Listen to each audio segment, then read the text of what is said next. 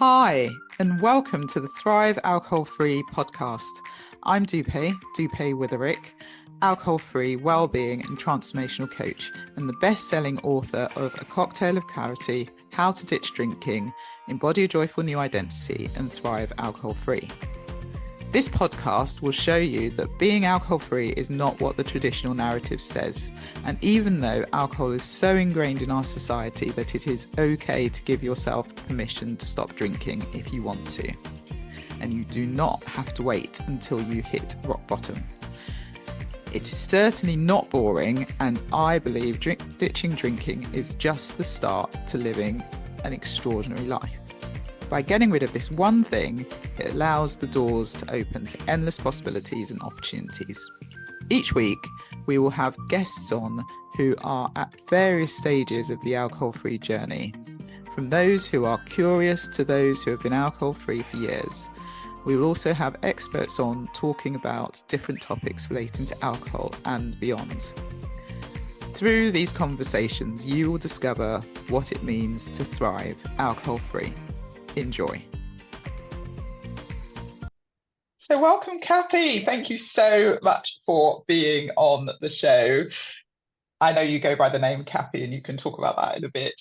But Brian is your name, but I know we call you Cappy. So I'm going to go with Cappy. Thanks for being on the show. Welcome to the Thrive Alcohol Free podcast. Love that you're here and that we connected. And maybe as a start, for people that might not know you, why don't you do a brief introduction and then we can go from there? Absolutely. So yeah, it's Brian Cappello. So my nickname is Cappy. And as I say, I'm 50% Italian. That name actually, one P, I'm Cappello with two P's. One P means hair and two P's means hat. So I'm 50% Italian and 99% Irish. So I should actually go by Sully, and my mother is a Sullivan, and my uncles are all Sullys. So I should go by Sully, but that's why it's Cappy. And it was my drinking persona. When I first joined the sober community, there was another Brian already in there, well known. So I said, I'm going to go with Cappy, and it's now become my sober persona. So I love it. I've taken it back. Okay, so obviously you've introduced yourself, but what brings you to the Thrive Alcohol Free podcast?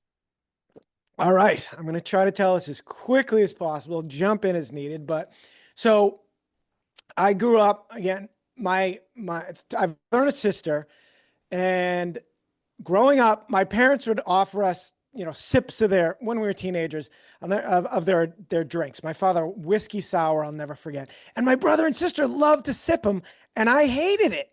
And I was a runner. I was a pretty good runner. And so I didn't drink. I even knew back then, and I'm 53 and 7/8. But I knew back then alcohol was poison. I never said it, but I just had to have known that I could never drink as a runner. So then I went to college. I ran there the first semester, but we were running 12 miles a day, and I had no life. And I said, I've either got to drink or I've either got to keep running or have a life. And so it was then that I took my first drink. So I'll never forget when I walked into my dorm room freshman year with my parents, there was already a group. My room was the chosen one. That I had two roommates, but there were about 6 people in there swilling beers, smelled like a brewery. I'd never even discussed alcohol with my parents. My father, on the Italian side, can take it or leave it. My mother, full-blown alcoholism on both her parents. Her mother was a Sullivan, married a Sullivan, so as Irish as you could get. All her siblings, everybody drank pretty much every day of their lives. So, and I take 99% after my mother. Ironically, my siblings take 99% after my father. So luckily for me, that's how I always knew. I know it's not always, but for me, definitely genetic, because they can take it or leave it, just like my father. My siblings and my father, take it or leave it. My sister got really drunk in college once, hasn't barely ever drank since. She'll have like a mudslide every now and then. And my brother didn't drink till he was in his 30s. He has a full bar. He's been a bartender. Anyway, I still can't believe I was that strong of a kid back then that I didn't even cave on day one. I handled the awkwardness. It was crazy. And I made it 3 months. First time I ever drank, we went out to a club. The next day I said to these girls, I said, "Oh my God, it was so fun last night. I was talking to anybody." And they said, "Have you ever drank before?" And I said, "Oh yeah, absolutely." But I should have, the truth would have been a much better story that I never had. But I heard a guy once say, he said, I discovered then, and I've never felt so much like I fit on the planet, and that's a very strong reinforcer. And because I was a misfit, absolutely. I'd say I had an A personality, but B level confidence. I just didn't have physical confidence. I was a late bloomer. I barely dated. I basically dated one girl in high school, barely in college as well. And so I feel like I was always between kind of the A and the B crowd, the A, the jocks, and the B, just the regular people, and the C. I hate the word nerd, but that was kind of a nerd crowd. And so I was always I just never fit in, even with my own family, absolute black sheep.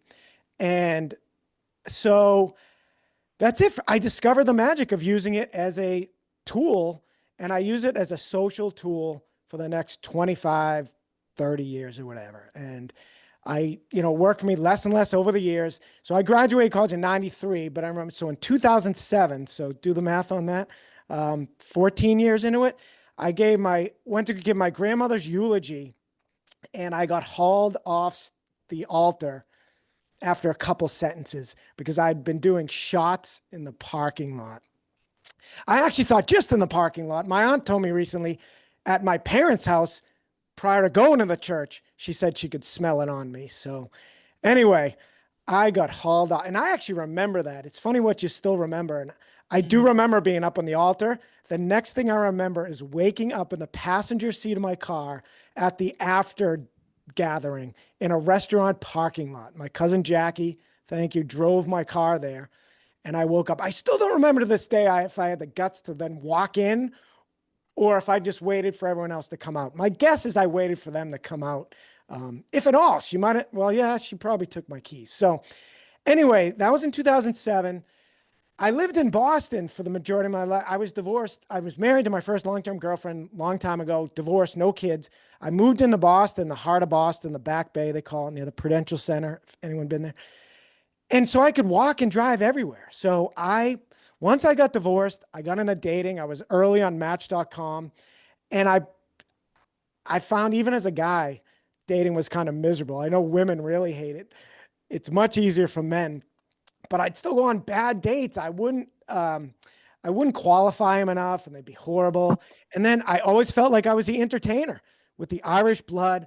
I'll never forget my therapist saying, "Brian, you don't always have to entertain." But couldn't get out of my system. My mother, that's the way she made conversation, was to just talk and talk and talk. In fact, I'll never forget, a girl so nicely said to me once in college, she said, "All the other girls talk that you call them back then, their landlines in their dorm rooms, and keep them on the phone." I would call with like a list. And I thought the longer you kept them on the phone, the better the conversation was. So that's all I knew. So these dates, I had all these pressure. So I'd start doing shots in the shower. I didn't even like dealing with my hair. I just got a haircut, got my hat on. I'm still crazy with my hair. It was like an afro. I wouldn't even let them cut it over my ears because I thought I had big ears. So I kept, bottom line, I pre-drank for everything. The rare times I wouldn't pre-drink, I'd have the best nights of my life and say, I'm never going to pre-drink again. But that never lasted. And my rock bottom was really in 2014. I took my niece to a One Direction concert. She was probably 11 then. I liked One Direction as well. They've got some great songs. And my brother-in-law dropped her off at my place in Boston. We had to drive about an hour to the burbs with traffic. So we went really early. Of course, you never intend to drink. I had no intentions when I signed up to do it, but I knew they'd be surrounded by screaming girls. I brought what I thought was just this little bottle of vodka, like a small Poland Springs bottle. I later found out it was bigger than I thought. It was actually from Porter Airlines, which is a Canadian airline. It sounds silly, but it was much wider than it looked. It was short, but wide. And then it'll come up in a minute. So we got there early. We went to a bowling alley. I drank a couple beers, unintended. And then when we got in the show, I just sipped on that vodka.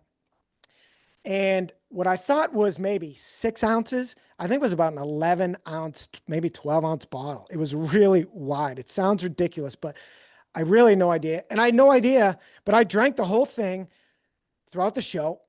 Leaving, I had no idea because my ears were just vibrating and all that. Well, we had to cross a divided highway.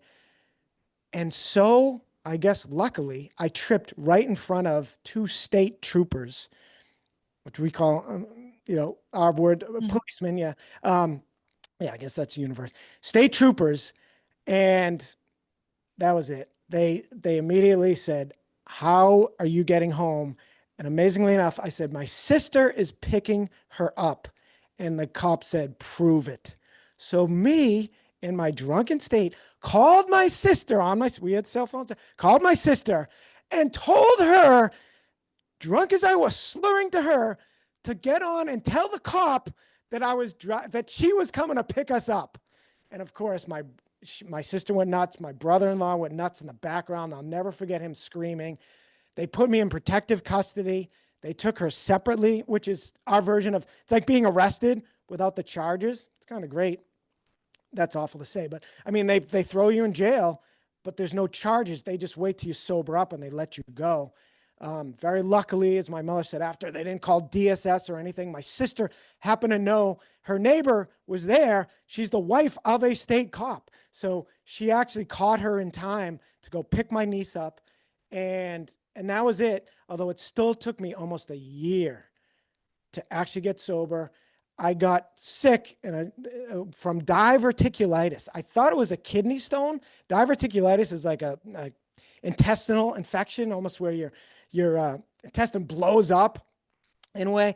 But I thought it was a kidney stone. So I let it go so far that it did get to the point it kind of blew up. And it's almost like you have your body's sewerage seeps into your body and it puts pressure on your kidneys or in your bladder, which is why I thought it was a kidney stone, which I had before. And I almost needed surgery. I was in the worst pain of my life. And I was in the hospital for a couple days. And then I went on antibiotics. Wasn't related to drinking, but I said, I never want to put myself in that kind of self-inflicted pain again, of hangovers and all of that. So with a couple friends who already were working with me to try to get me, we'd gone to some AA meetings and I went to Smart Recovery. And a neighbor that told me he'd been sober on his own for 8 years. I said, "You can do it on your own?" He said, "Yeah." I had no idea. So I basically did it on my own for 3.5 years. And it was kind of great. I had a girlfriend for a lot of that. We went to hot yoga and it was great. We eventually broke up. I started dating again, but I didn't enjoy it. Actually, I got another girlfriend who was very fun, but I could always tell she wanted me to drink and I didn't really understand it. I'm like, why? I'm just as fun, but I wasn't. I was pretty boring and I'm clearly a fun guy. And I lived a pretty mundane existence. And eventually I said, I'd rather end up back in a gutter than continue to lead this existence. So when we broke up, which was mainly because I saw the movie Crazy Rich Asians and it was a love story. And I am a hopeless romantic at heart, even though I'm a serial casual dater. And I said, I want a girlfriend. So I went back to dating. But eventually, one night, went out with a date. I tell people different stories based on how long I thought they were going to, if it was going to go long term. This one definitely wasn't. Beautiful model type, but much younger. So I just said, I gave it up for the golf season. She said, it's October. Golf season's basically over. You can drink. And it wasn't that she pressured me. I made it through all the hard parts of meeting up with her as a first date, going through dinner, but she dragged me to an EDM club after, which I still didn't really even mind. But I did 2, I call them woo-woo shots. I don't know what they really were, but very basic shots. But I had the best buzz I had in years. And for the next week, I drank normally, went to a couple events, might have pre-drank 1 beer. Then I met back up with her on Halloween and pre-drank. We got in a fight. I was right back to the bad buzz. It all came roaring back as it does. I knew then I needed to give it back up, but it took me 6.5 years to get back to day one. And that was really all because my mother and sister, also on Halloween, that would have been probably like 3 years later. And it was 3 years ago, this Halloween. We're filming this just a few days out, a week after Halloween. My mother and sister showed up at my door, surprisingly, and basically gave me an intervention. I always been in sales, but I wanted to get out of sales because of drinking. And while I was job searching at a coffee shop drinking, I decided I wanted to go into some kind of food service, maybe work at I was actually working out of a superstore, grocery store. I said, I think it'd be fun to work here. I didn't even make it past the screening interview because I didn't have management experience. I wanted to like manage the seafood section, but this kid didn't even pump me out. I would have been the best employee they ever had. But instead, I bought the pizza shop down the street because they had such great pizza. Sounded like it would be fun. Everyone told me I was crazy. And a year into it, I said, everyone told me I was crazy to do this. And guess what? They were right, especially because it was 50 yards from a liquor store. I had a month before I closed on it. I said, I'll just quit drinking before then, but I didn't. And that was awful. So even though I didn't bring in liquor, anytime we got slammed, which we did, I bought it right before COVID. No matter what, I could run over and in literally 3 minutes be back and forth with a handle of vodka, which was my main thing. And it was awful. I'd be doing the dishes, even though the owner, we'd be short staffed Fridays. At the end of every Friday night, I'd be bawling doing the dishes. With my employees all just cleaning up around me. They pretty much knew it was awful. And I promised my mother, I'd love to say this, that day they came, she tried to make me go to rehab, but I said, no, no, no. And I really did, but I vowed I'd never drink again. I joined a sobriety community, which was amazing, enlightening. And unfortunately, for the sake of time, I'll skip it, but I did it after 63 days. I had a crazy day at the pizza shop. My cook didn't show up. I did it all on my own. I ran the whole place. I normally ran the front. I ran the front and back over lunch, but to celebrate, I drank. Does that sound familiar? And that led to a series of slips until I, in the luckiest club, Laura McCowan, who wrote We Are the Luckiest, I'd been on and off slipping.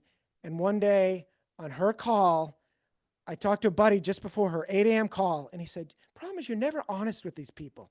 I said, I'm going to use Laura for some free coaching. I might buy a car. I might rejoin my golf club. He goes, just be honest. And I said, damn it. And I fessed up. I never lied about my day count, but I always just talked like I had it figured out.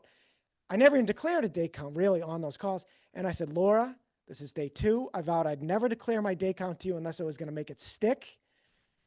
And that was almost 20 months ago. And yeah, I haven't drank since. So there we go. Congratulations. It's a hell of a story. And it's so funny, isn't it? How we know at certain points in our life that actually this isn't great for us, but we keep going back to it thinking it's good in some way. We've been so conditioned to believe that it's the thing that we need in all sorts of situations. You know, you talk about grief and your grandmother and obviously drinking then, and then you talk about when you're in college trying to fit in. We used alcohol for these various things because we thought that was the only way we could deal with whatever was going on with us. And ultimately it's not about the drink. It's never about the drink. It's about what's the feeling we're trying to create or escape from with that drink. And so thank you for sharing so vulnerably. And gosh, it is incredible. I hope you're super proud with the 20 months. I think that's amazing. What's changed then? Because one of the things I did pick up on was the fact that you said when you stopped for those 3.5 years back in 2014, you weren't living the life that you wanted to live. You were bored. You weren't really, you were existing basically. So what's changed in the past 20 months? That's because the fact that you said that, I would never have thought that about you, having obviously met you. So what's changed and how is it different this time?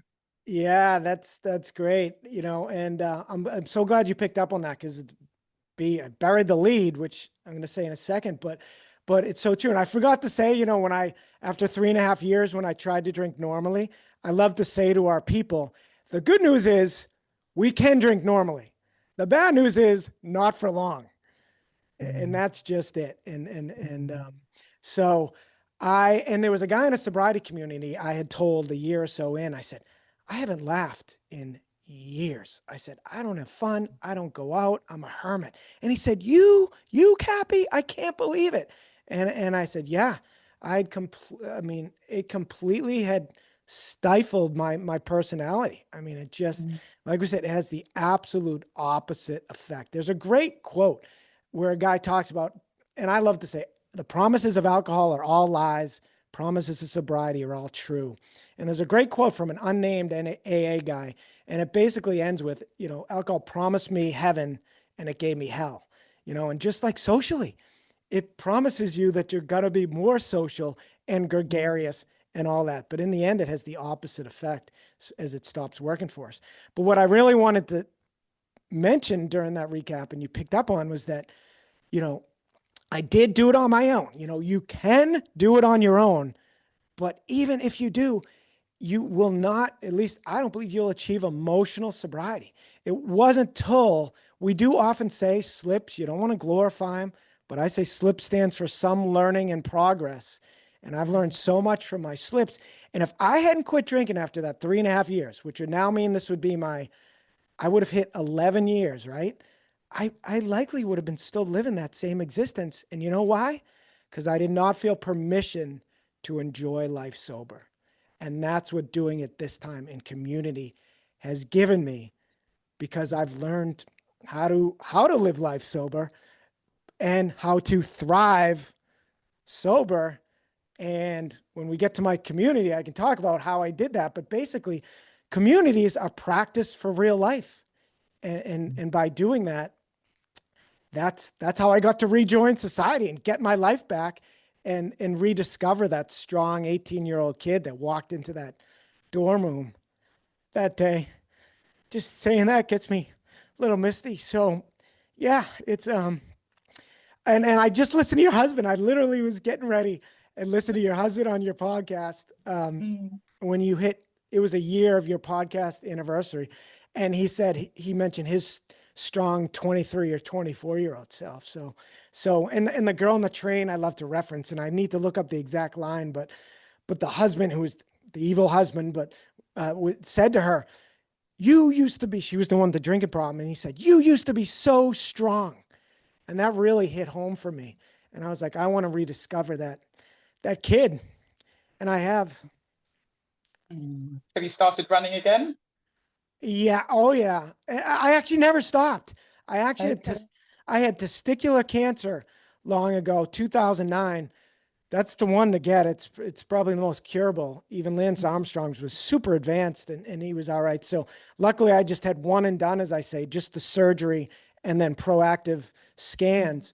But I vowed after that I would raise money. So for Dana-Farber, probably universal, right? Dana-Farber Cancer, based in Boston, I ran the Boston Marathon for them for 4 years. And I was on the board for raising money. So I raised over $50,000. So I ran that 4 years in a row. Although we'd go out and run, the bar we would meet at on Thursday nights, we'd take the subway, the T, out to Boston College and run 12 miles back in. And what would I do? I lived across the street. I'd run home and shower and then do my pre-drinking and then meet everyone at the bar. I couldn't even meet up with the runners sober.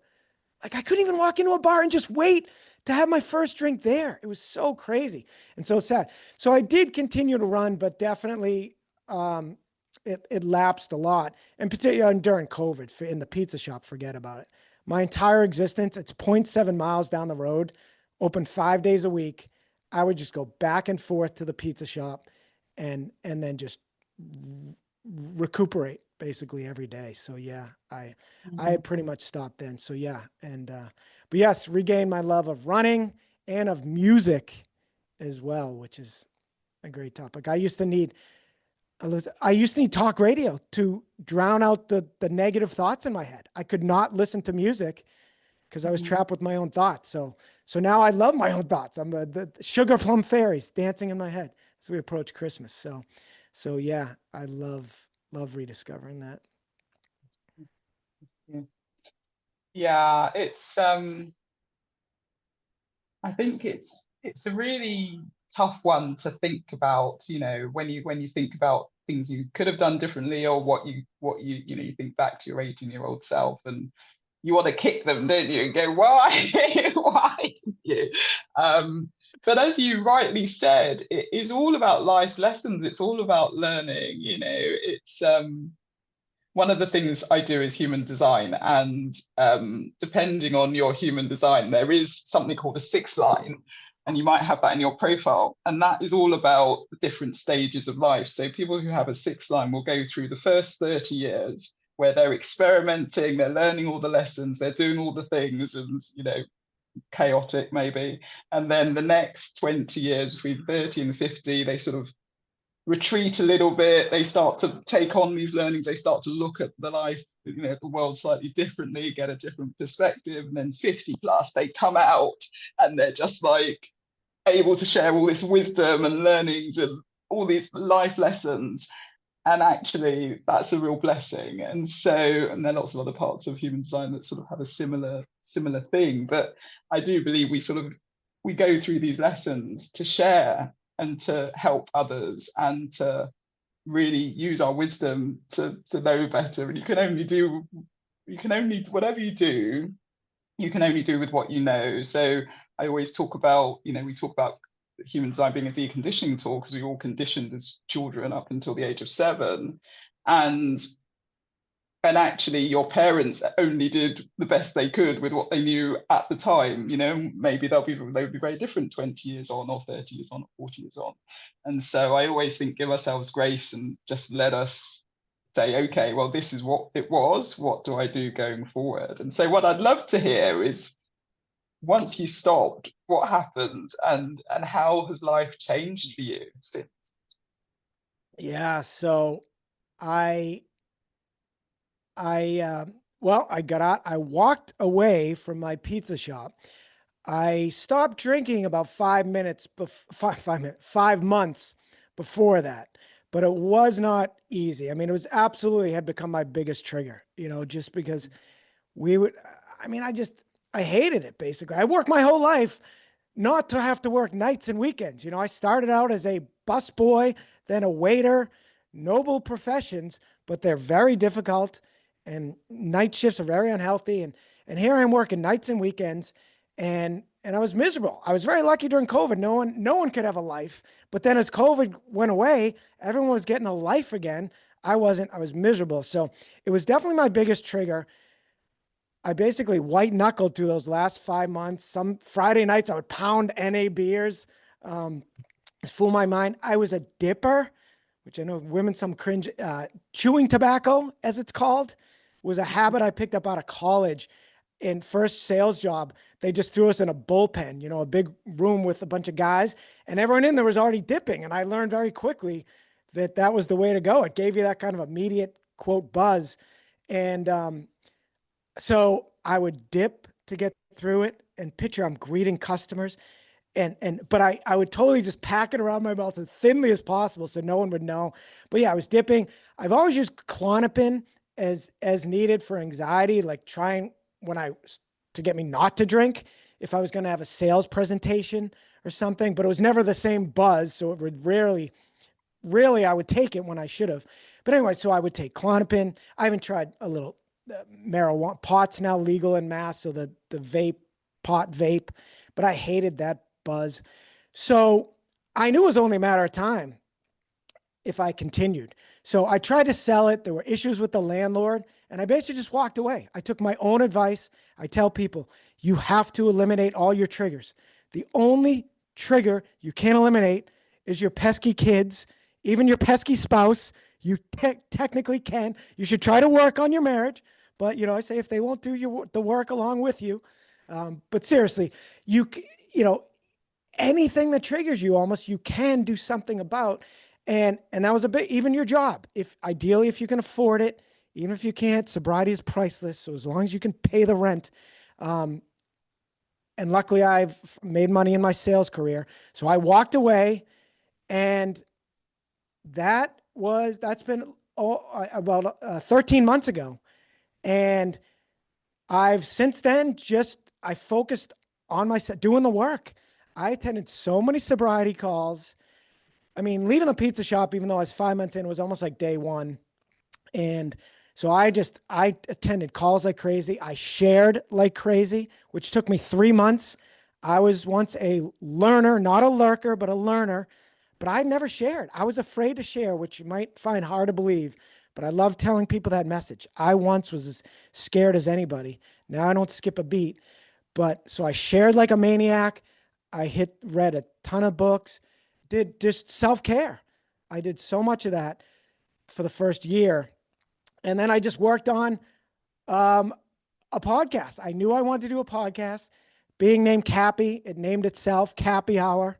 I'll have to say it anyway, just in case anyone missed it, but just like happy hour, is that universal? I mean, they don't actually allow happy hours in Massachusetts, drink specials, because it's dangerous. I kind of applaud them for it. People over drink when so, but my marketing guy said, you have to film short YouTubes in advance of the podcast to promote it. Well, 3 to 5 a week, basically 5 a week. I couldn't do it, Dupe. I'd be lucky if I did 3. I would go through an entire day and finally get around to filming at literally 10 o'clock, midnight. I couldn't do it. I basically discovered I had no executive function, which is the part of your brain, your prefrontal cortex, which is we do all the brain damage to from drinking. I just couldn't do it. My mind would not allow me to. It was awful. And so I've since discovered I also have massive ADHD, or I just call it ADD. I don't really have the hyper part, despite my energy. And that is also a massive lack of executive function. But I discovered that's what it was. I kept waiting just for me to get far enough sober to get productive, and then realized it was never going to happen. And luckily, I signed up with this coach and this guy with a great program for ADD, and now I can almost whip off video. I'm still have a lot of work to do. I still struggle every day, but I eventually got to that point. So I started filming but even prior to that, I did start filming my podcast back in January. It's now November, really February, but I kept taking breaks, said I can't do this until I get productive.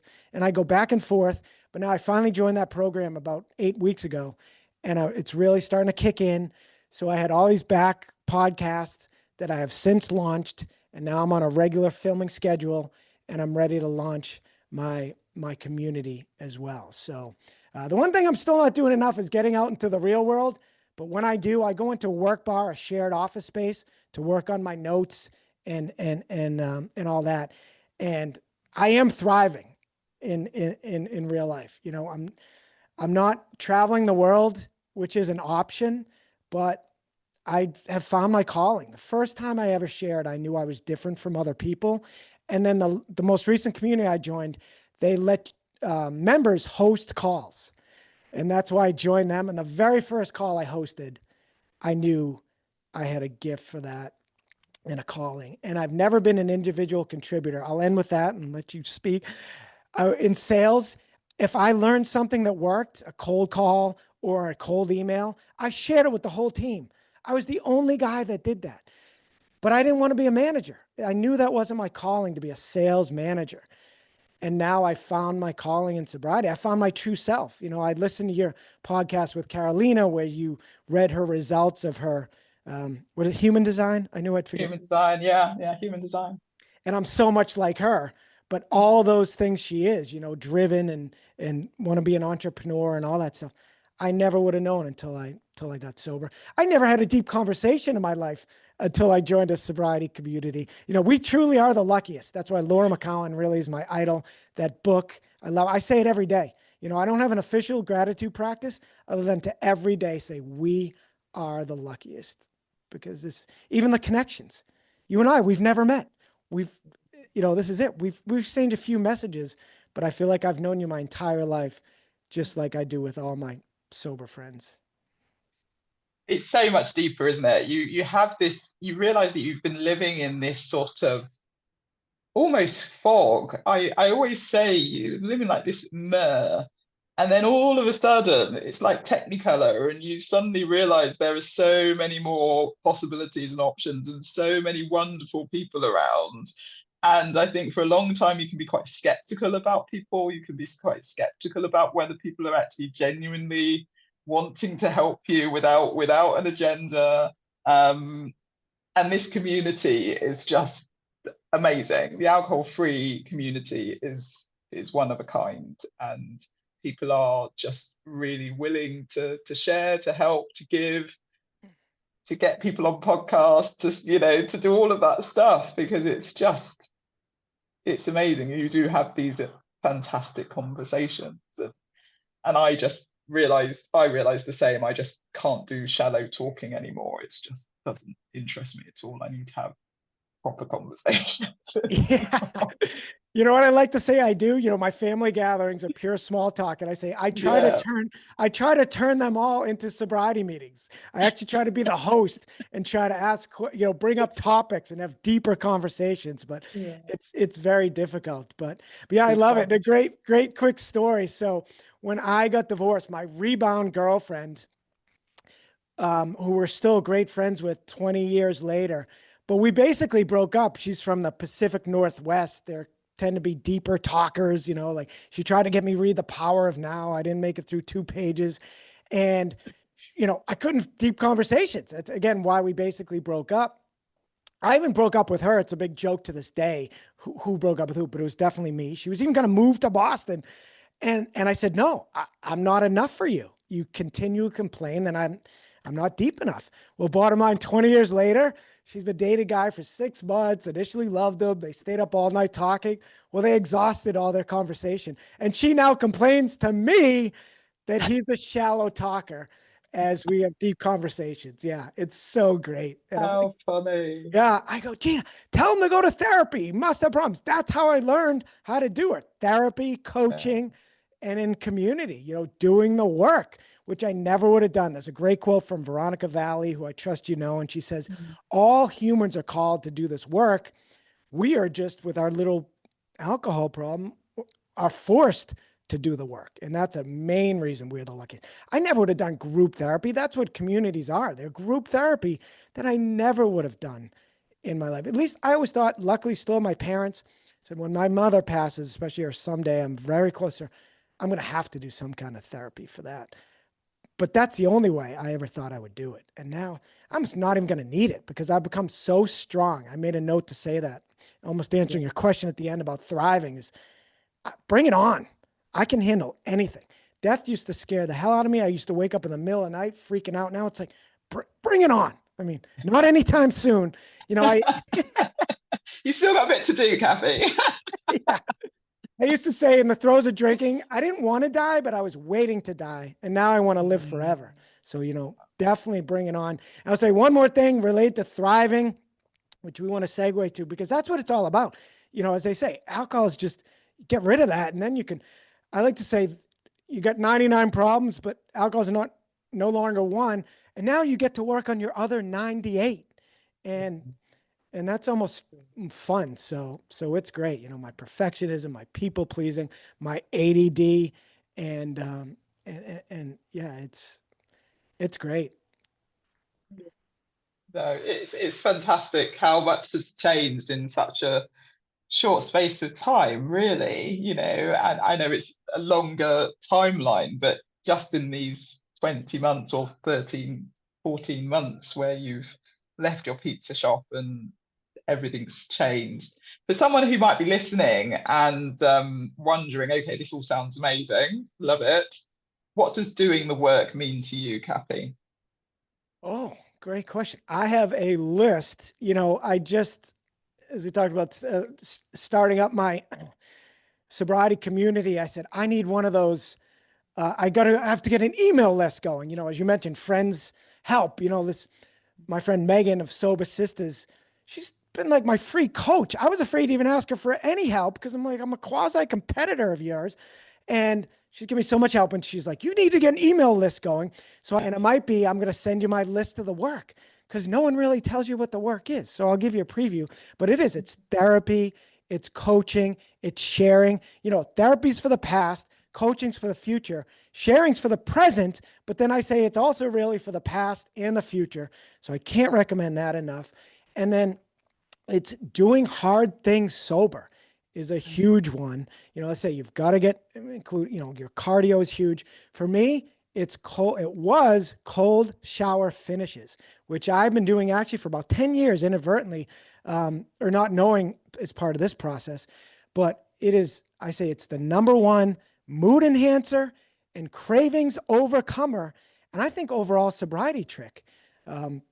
Because it's a guaranteed hard thing sober every day. Even after 10 years, I start with a regular warm shower, and then I turn my head, the water's coming on my head, and I reach behind my back and I turn it to cold, and I still dread it every time. And then I'm still euphoric after 30 seconds. And when I get out, and now I've even started doing ice baths and shivering, which is such a hard thing.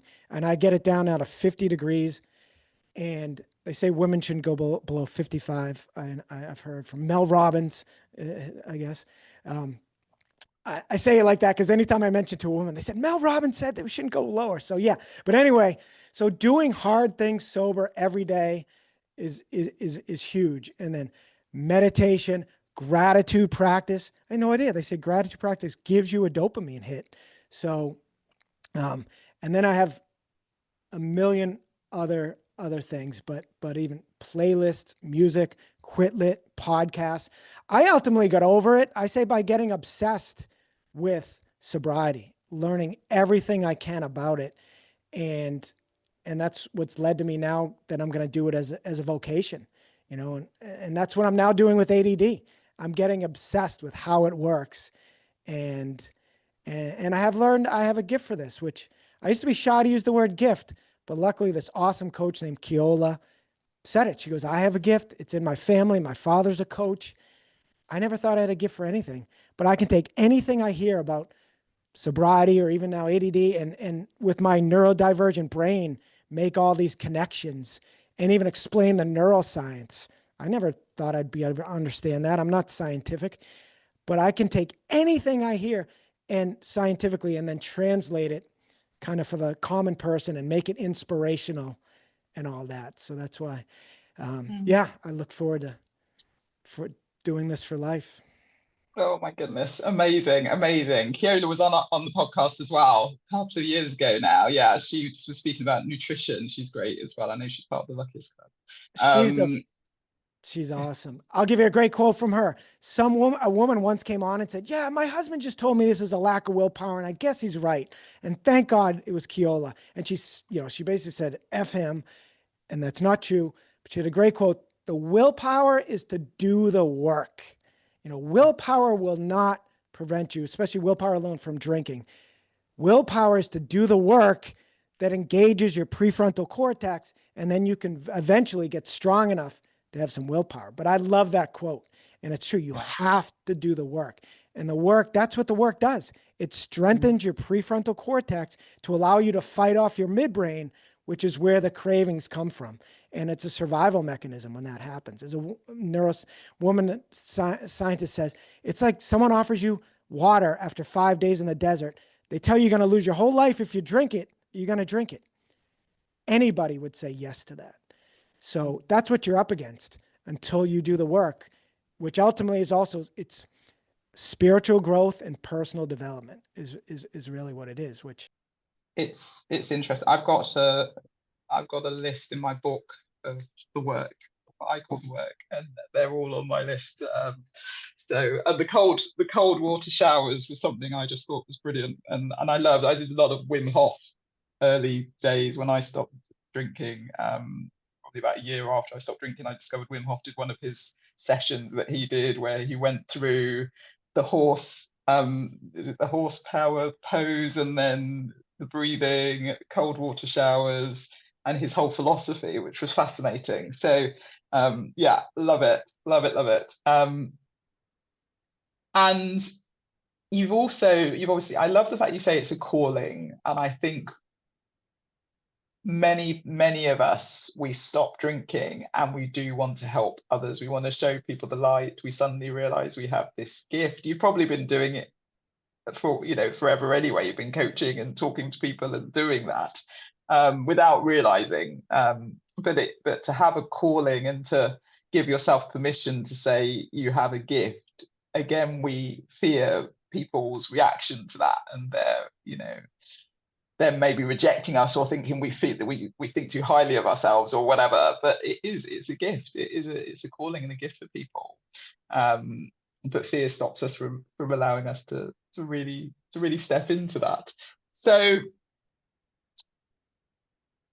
with your calling, I know you're doing something that's going to launch that's quite exciting. Do you want to talk a bit about that? Sure, I would love to. And a couple quick notes. Another part of the work I explain is you have to replace the artificial dopamine hits with natural ones. And especially early on, first 6 months, you have to triple up on the natural ones to match the artificial ones.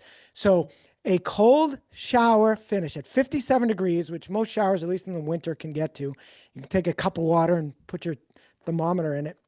A buddy had to remind me to do that. I was like, how do you know temperature of your shower? But anyway, it'll give you a 250% dopamine kick that will last up to 3 hours.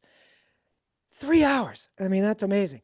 And that's just if you just do 1 minute. And I do, I start off at 30 seconds and a minute. I now do minimum 3 minute.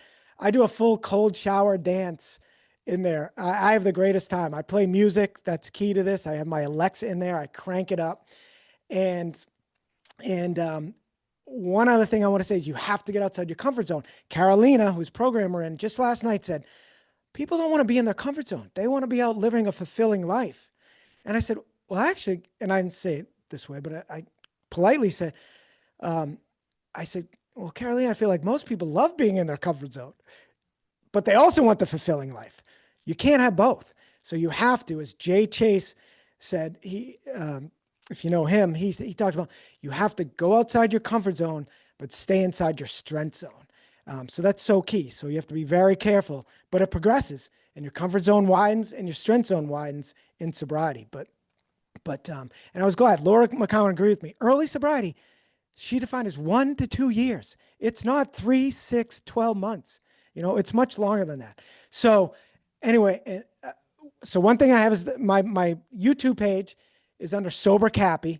I've up to over 100 videos on there now talking about cold immersion and overcoming people-pleasing, perfectionism, all kinds of leveling up stuff, which is really what I'm expanding much more into.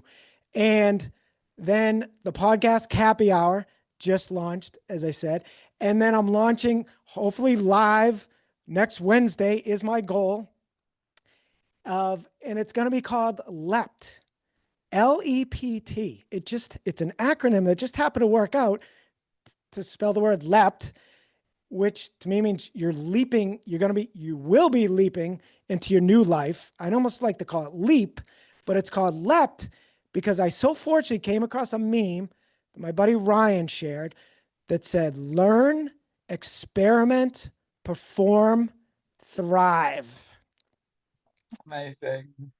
And have you ever heard that, seen that wording before? No, I haven't. Yeah. No, I haven't.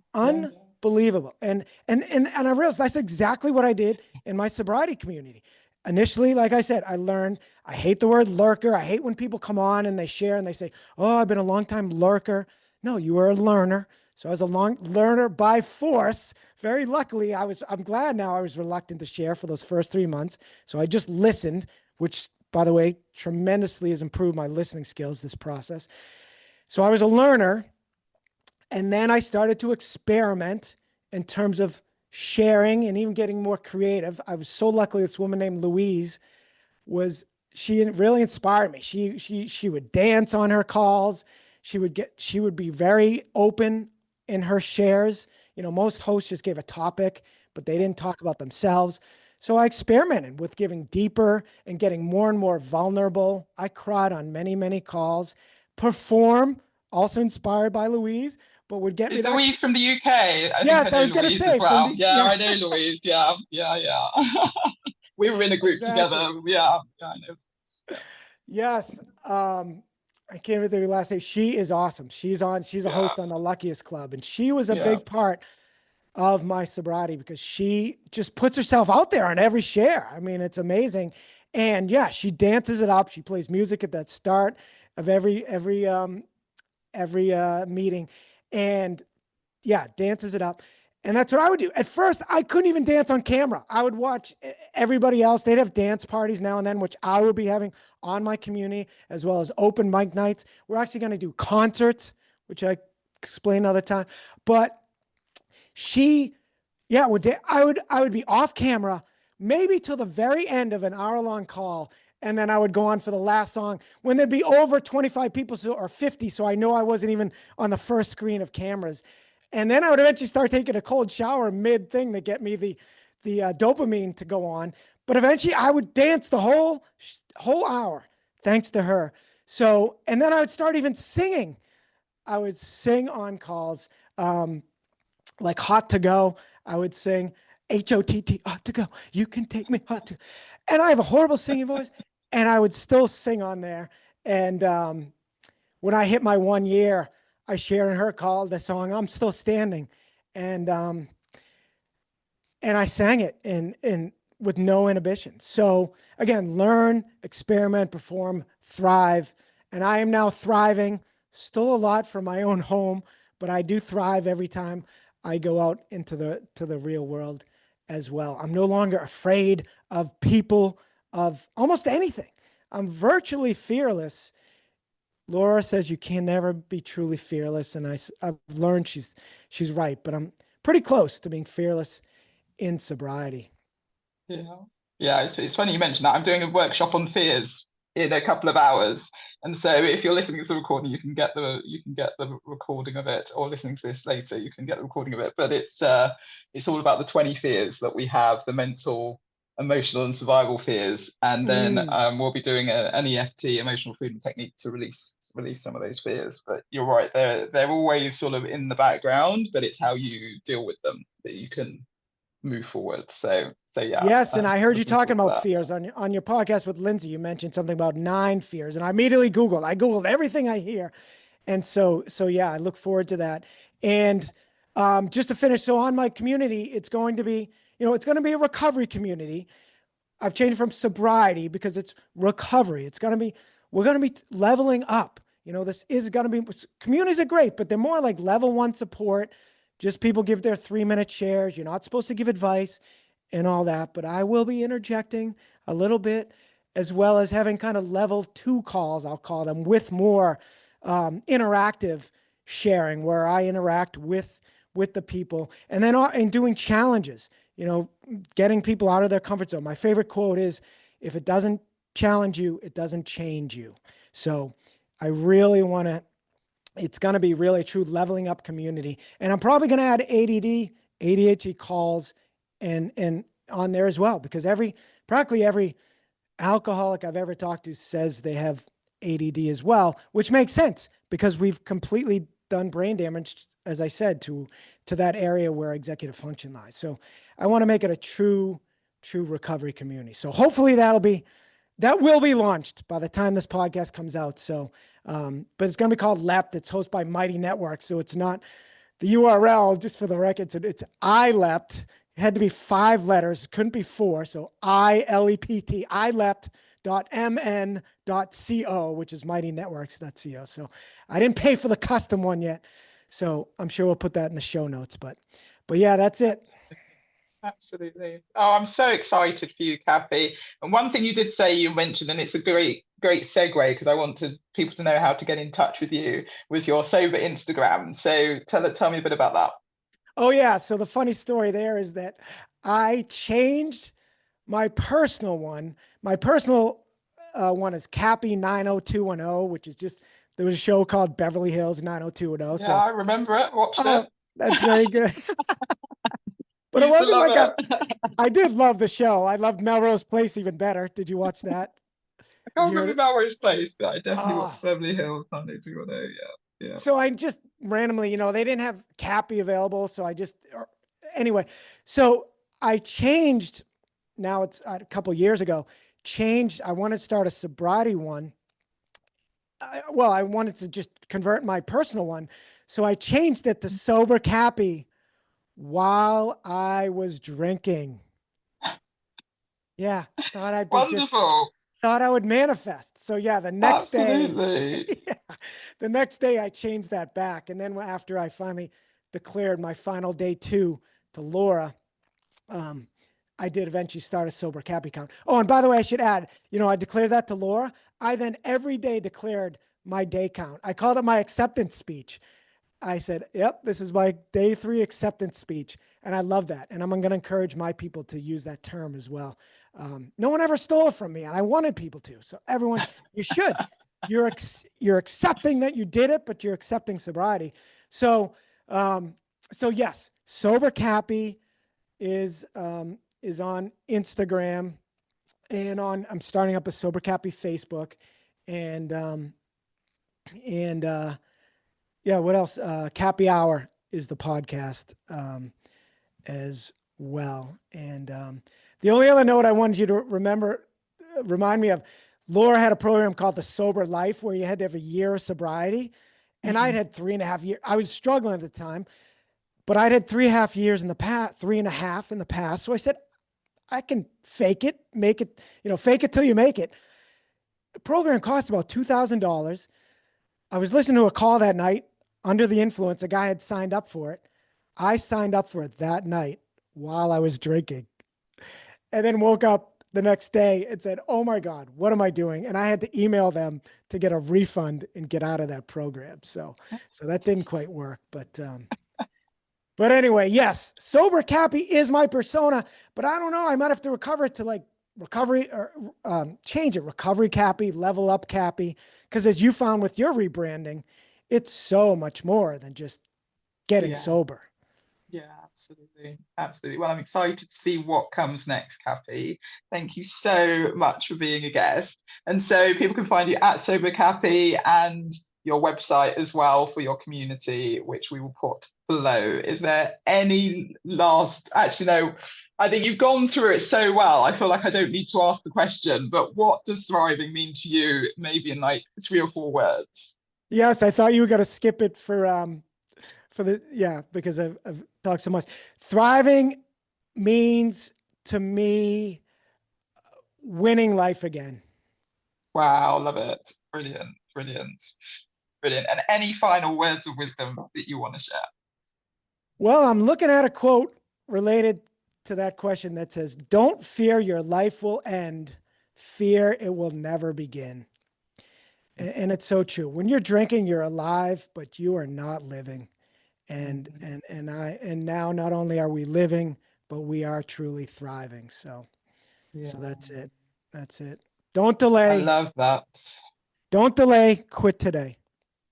Don't delay. Quit today. Love it. Love it. Brilliant. Well, thank you. And I might use that quote in my workshop. So thanks for sharing that.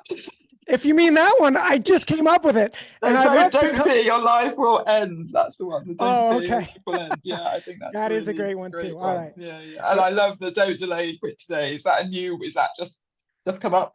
It just hit me, and I love when I think I've invented stuff, and then I go and Google it, and it's been around. Like Funbriety, which I almost named my community. That's out there though, not that often. So, but yes. And by the way, that is what we'll be having in my community is fun. So we're going to learn, but we're also going to learn to enjoy life sober. So it is a fun life. Chris Marshall, if you know him, runs Sands Bar. I'll end with this. He said, no matter how much fun you think in sobriety, take it and times it by 1,000. We're redefining our definition perhaps of fun, but it is a fun existence. Yeah. 24/7. Absolutely. Yep. Love it. Well, thank you so much for being an amazing guest. It's been so wonderful to have you on. Everyone should go and follow you and obviously look at your community and join the community. And I wish you all the best. And, I can't wait to keep seeing what you're doing over the coming year or two, because I'm sure it's going to evolve, it's going to change, and you're going to do amazing things. So thanks so much. You're welcome, and thank you. And I look forward to having you on mine. So all of you Dupe fans, check her out. Look her up on hopefully Cappy Hour by. All right, thank you. Thanks so much. Thank you so much for listening to the Thrive Alcohol Free podcast.